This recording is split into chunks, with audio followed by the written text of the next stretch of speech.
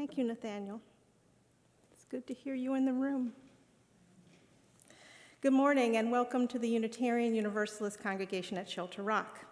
I'm the Reverend Dr. Natalie Fenimore. I'm a minister here at this congregation along with the Reverends Jennifer Brower and Jay Brooks, who are here today greeting. I hope you saw them outside as they offered you welcome.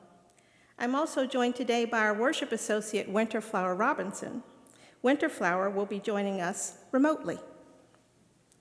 We come together to worship this morning, live streamed and also in person here in our worship room for the first time since March of 2020.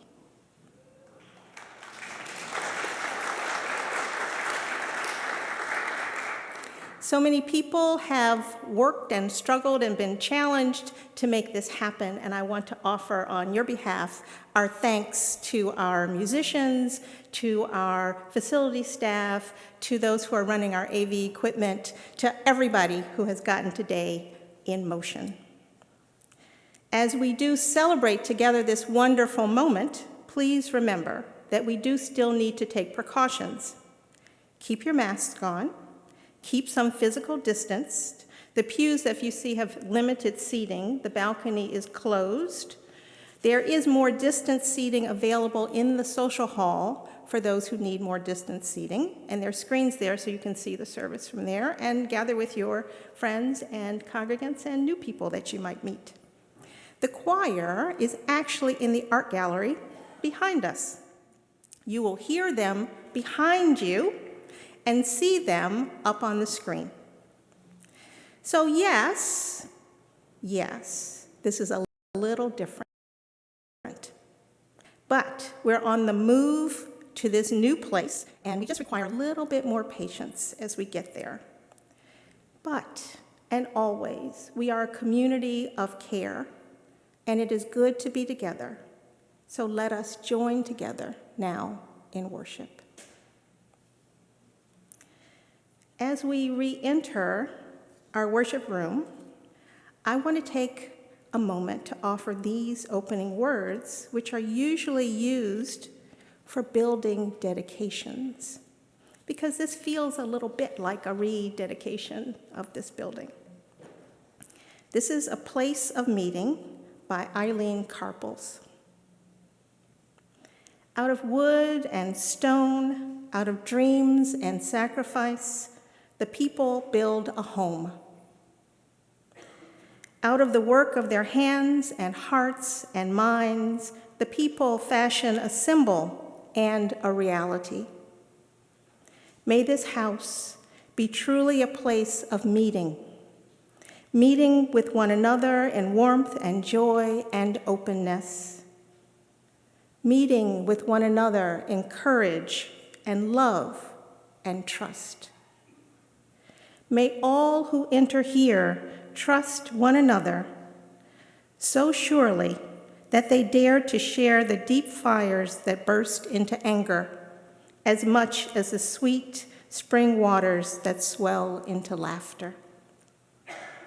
The slow erosion of wounded tears as much as the soaring song.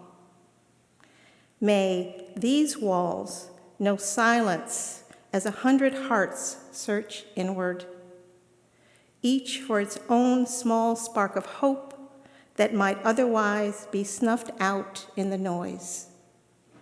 May these rafters hear the voice of the child as surely as that of the elder, and the sound of the organ and the clack of the keyboard and the swish of the broom, and know that all are as holy as the shout of 1,000,000 stars. May the rain fall lightly on this house, and the sun shine warmly, and the winds blow softly, and bless it as a place of joy and peace. I now light our chalice, the symbol of Unitarian Universalism.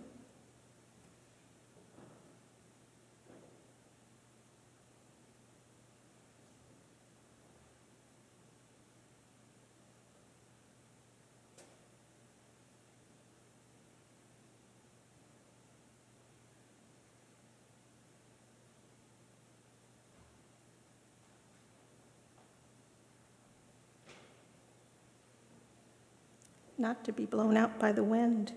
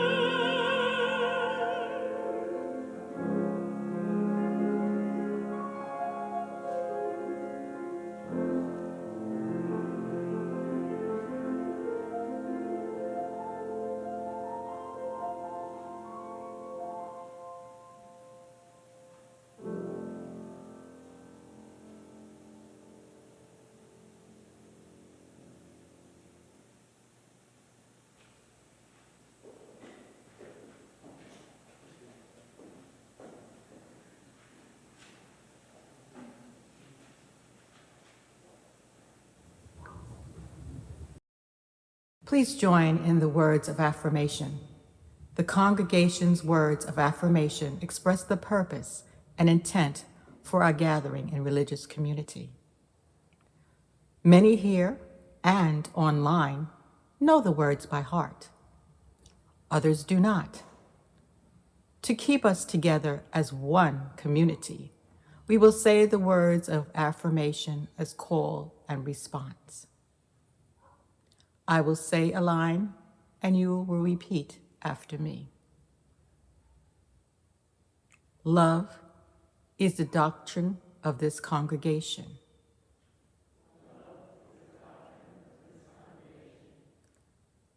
The quest of truth is its sacrament, and service is its prayer.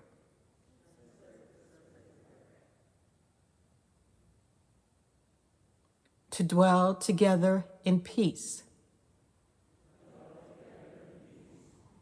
to seek knowledge in freedom, to serve human need,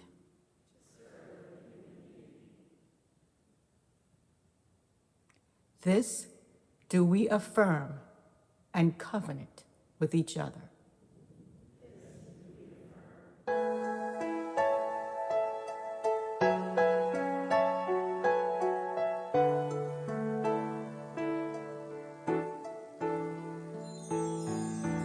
Come sit beside me and hear a story of long ago when the people lived free.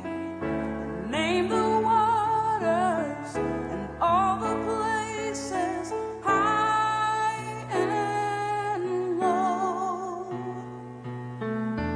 There was a plain they called Chicago. It meant a place where strong things grow. And Kentucky meant the land of green meadows.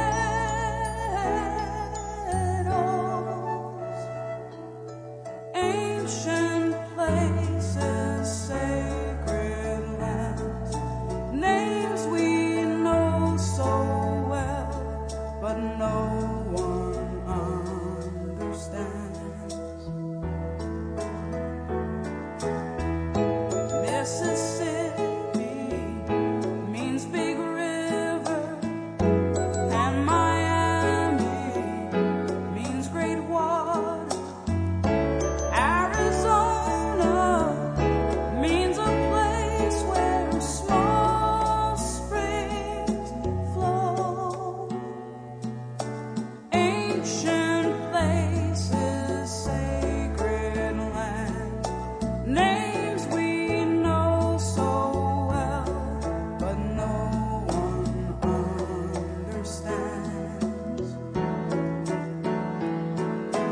Ancient places, sacred land, names we know so well, but no one understands.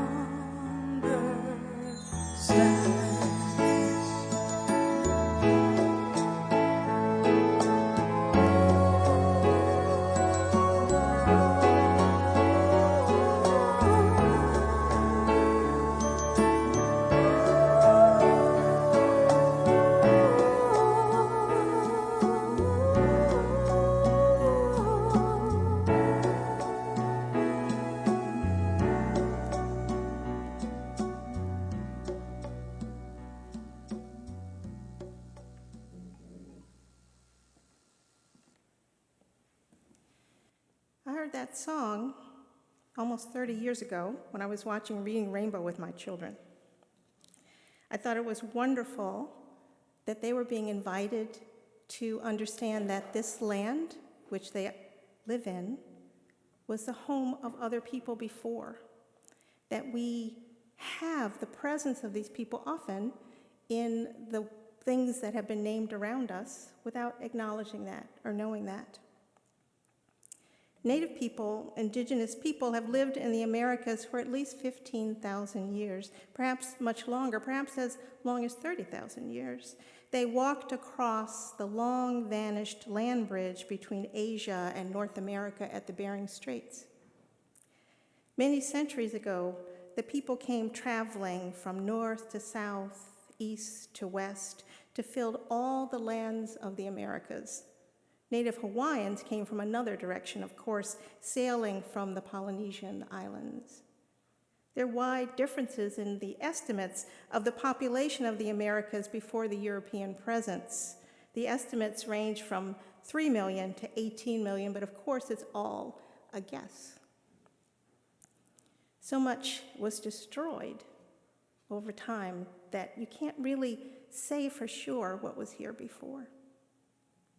By the time the native peoples saw the Europeans arriving in the Americas beginning in 1492, the native people had so long occupied this land that it was not their new world, but their land, their place, their known world.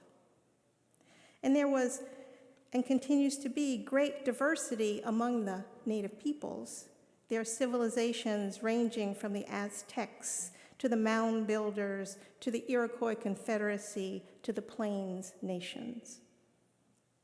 Everywhere on the land, indigenous people have left a mark, but without the need to concentrate ownership of the land in private hands, not the need to see the land as a profit-making thing. Each tribal nation has its own connection to the land in which it's settled. The land is a touchstone, a marker, a constant support, a sustainer. History is made on the land. Ancestors are laid to rest in the ground. Creation stories are made visible in the very landscape. The connection to the spirits are clear in the changing of the seasons and the cycles of planting and growth and rest. It is all seen in the land. The land provides, the water provides. Indigenous values honor the land as a gift held in common trust. As Crowfoot, a chief of the Blackfoot Nation, said in 1885, "The land will always be here.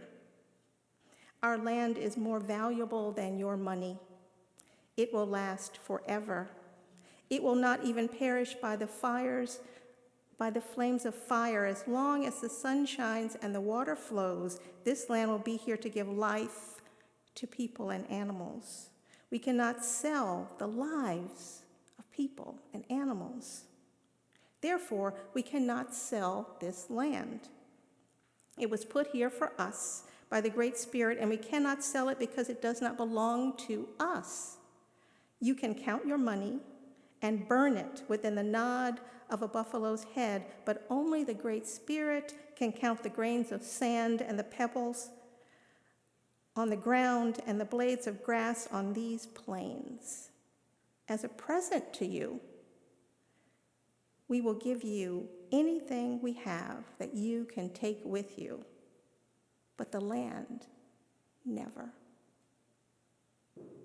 So it was with this understanding that there was an exchange of gifts that enabled the Europeans to live, to farm, to hunt, to fish on the island of Manhattan.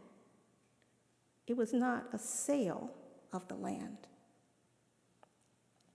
But, in fact, the land was taken. Those who arrived from other places wanted this land, this beautiful, fertile land. And the native peoples, who others thought should be without the land and disenfranchised, were brutalized in the process.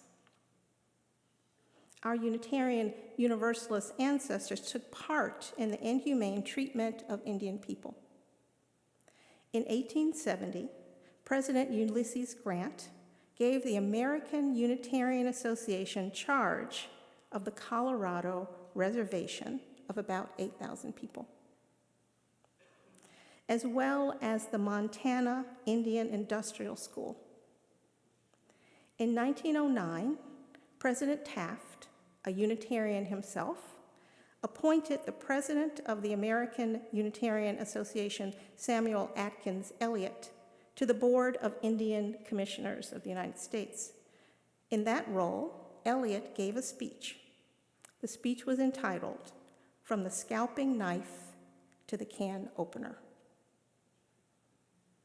This speech justified the policy of destroying Indian culture to replace it with the gift of the superior white culture. This dehumanizing, near-genocidal attitude toward and treatment of Indian peoples was a crime and a sin which resulted in massive population loss and societal instability to the point of near societal collapse.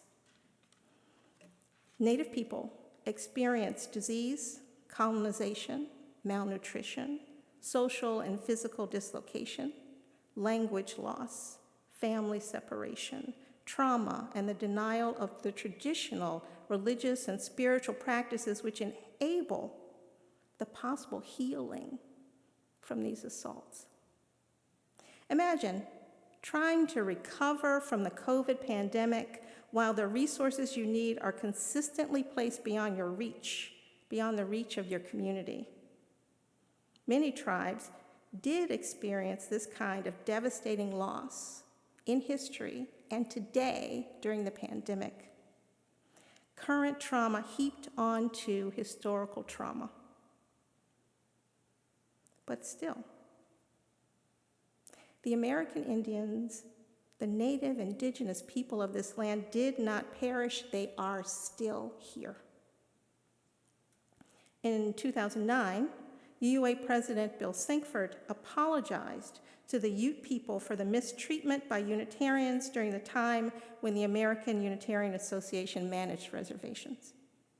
And today, Unitarian Universalists stand with Indian resistance to oil pipeline development at the Standing Rock Sioux Reservation in North Dakota. The UUA General Assembly has disavowed the doctrine of discovery, which justifies colonialism.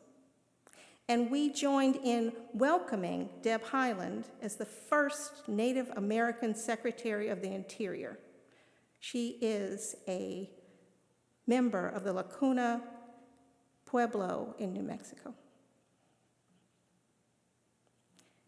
We don't talk about these things to encourage or enhance guilt or shame, but we should acknowledge the past and learn from it so as not to repeat these crimes in the future. And it is the future that we must look to. At the COP26 International Summit on Global Warming, which is just ending, it highlighted the fact that it is indigenous people who are and will be the first to suffer the effects of climate change. Native people in the U.S. were removed to reservations, which are now lands that are more hot, with less water, and changing growing seasons. Centuries of land loss and forced relocation have left Native Americans more exposed to the severe effects of climate change. Indian reservations were often consciously placed in less desirable, less productive, remote lands. And they were often not even located in the areas that were the original traditional homelands of the tribal members.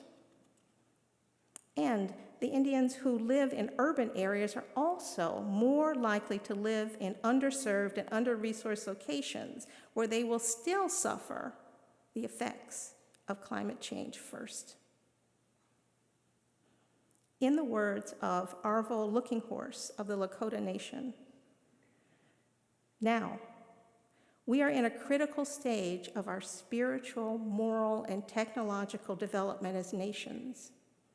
All life is precariously balanced.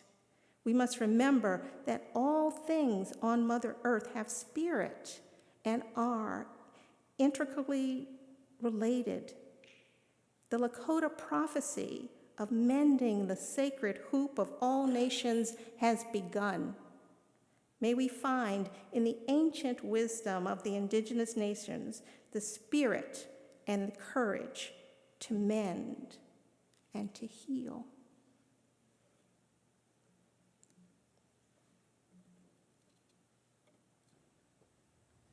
Today's offering goes to the North Shore Soup Kitchens and Aid Center of Queens County. We are collecting to help provide Thanksgiving meals for this holiday season.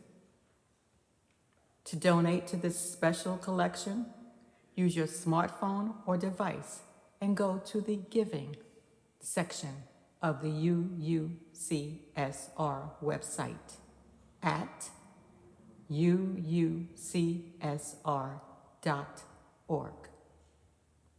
Or place a donation in the basket at the rear of the tent or worship hall as you leave the worship service. There are volunteers available after the service if you would like to learn more about this program, which is sponsored by the UUCSR Social Justice Committee.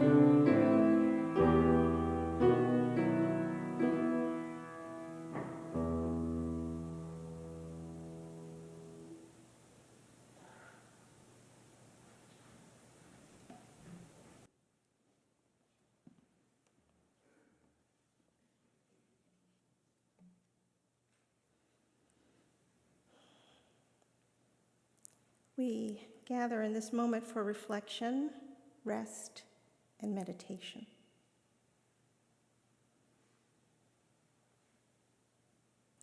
We gather acknowledging all that we hold in this moment as individuals, as a community. Our joys, our sorrows, our memories, our hopes.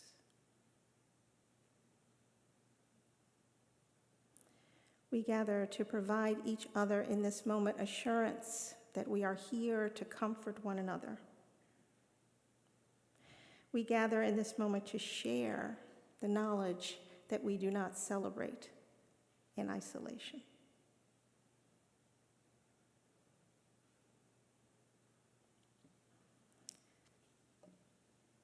I offer these words in reflection. Prayer Bowl by the Mohawken Tribal Council poet Corrine Wood. When the moon is turned upwards like a bowl waiting to be filled, we must fill it. We must fill it by honoring the spirits of creation with songs of joy and thanks, with foods created with our own hands, water for the thirsty, prayers for the people, prayers for the spirits, prayers for the Creator, prayers for ourselves, and the sacred instruments that join us to glory in this world, that join us to the glory of this world and to the world beyond our sleep. May we fill our bowls. May we fill them together. May it be so. Ashe.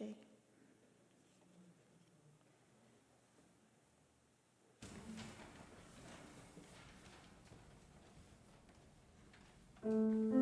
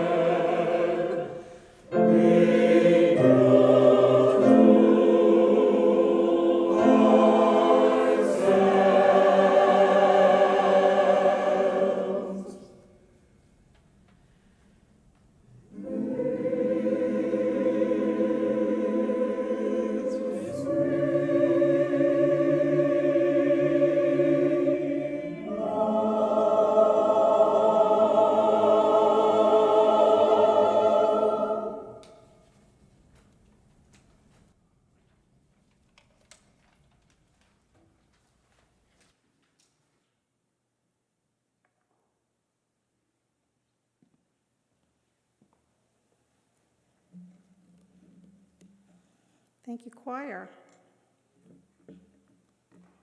I appreciate so much your dedication. I know this has been a challenge. I know all the rest of you also want to sing together. Just hold on a little bit longer, okay? You can sing together outside. Space yourselves among the grass and just belt it out. It'll be good, it'll feel good. We're approaching Thanksgiving. It's actually one of the few times we talk about the range of Native presence in this country. We often don't think about the fact that there are East Coast and Southeast Native peoples. Unfortunately, the movies have given us this very narrow and stereotyped picture of the Indian nations. Not every tribe is or ever was in the American West. When the British and Dutch arrived from Europe to the shores of Long Island in the 1600s, 13 Native tribes were here to meet them. 13. They'd been on the East Coast of the United States for at least 10,000 years. Among these are the Rockaways, the Merricks, the Montauks, the Canarsies, the Shinnecocks, and the Manhassets. We still hear those names around us, of course. We live with those names. But by 1670, the European colonialization of this land was in full force, and the Native peoples were encouraged to move or were forcefully removed from this area. A smallpox outbreak in 1658 killed 2/3 of the Native people on Long Island. The largest tribal presence, the only federally recognized Native nation nearby today, is the Shinnecock Nation. The Shinnecock Nation tribal land is located near Southampton. Historically, the Shinnecock, as with all colonialized peoples, suffered great losses. Their language, their customs, their self-determination, their economic autonomy, and their land were taken from them. Faced with this reality, the question for them is how to best use what land remains to them, their reservation, how to use the land to find a way forward to build prosperity for the people. In modern times, of course, because the Shinnecock are a modern people, as all natives are modern people, deep-rooted in history and tradition, but living in these times. And in these times, it is money and not trade that is seen as the way to prosperity. So looking around, the Shinnecock could see that other tribes had developed their land, other tribes had built casinos. So all around the Shinnecocks, there was a great uproar. The neighbors in Southampton, one of the wealthiest towns in the United States, did not want a casino. They did not want the wrong kind of people, and lots of them, coming their way to gamble. No big casino was to be allowed. Powerful neighbors, these powerful, wealthy neighbors and politicians have stopped casino plans on Shinnecock land for years and years. But surprisingly, there seemed to not be as much understanding that the Shinnecock should and could determine their own future. So this year, the Shinnecock announced their plan, their own plan for their land. The nation's vision is for a year-round, self-sustaining, non-gaming casino project. In the words of the tribal leaders, this will serve to uplift our people through income for social service programs, additional jobs, and a real presence on the East End. The focus of the facility is on health and wellness, overlooking the beautiful Peconic Bay. Only about 20 of the Shinnecock's 900 acres will be used for this project. No building will be over 4 stories high. This is not to say that there won't in the future be another push to get the casino idea going. It benefits not only the Shinnecock, but the gaming industry to engage in these kinds of big building projects. But as Kelly Moskeller has written in The Atlantic, there are ways to address economic and social challenges for Native Americans that are within a tribal system that doesn't undermine the fundamental nature of the tribe or destroy the land base necessary to create a strong and thriving community. Native people across the country are steadily making strides toward this goal, and their success is a testament to the courage and resilience of these communities. We will heal our broken communities from the ground up, not by selling or exploiting the ground beneath our feet. So, if and when the Shinnecock Nation builds their wellness resort, and if it is anywhere near wonderful, then you have to make a way to get there. Go. Engage with the Shinnecock people as they exercise their sovereignty, as they live on the land and try to use it for their communal good. There are so many wrongs to be righted between the Native people and the dominant culture. There is so much to be forgiven. There is so much more to be reconciled.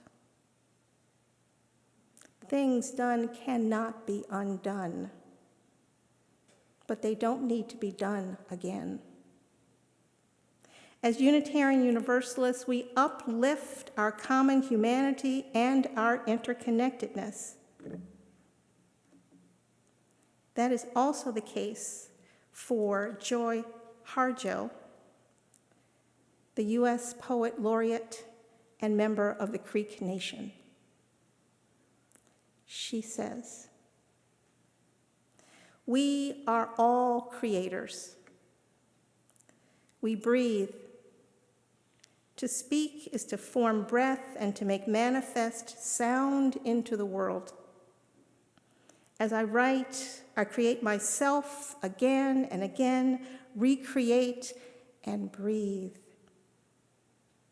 And see that not one voice, but that there are many, all colors, all sounds, all fears, all loves. Recreate and breathe. Recreate all colors, all sounds, all fears, but most of all loves. May it be so. Amen.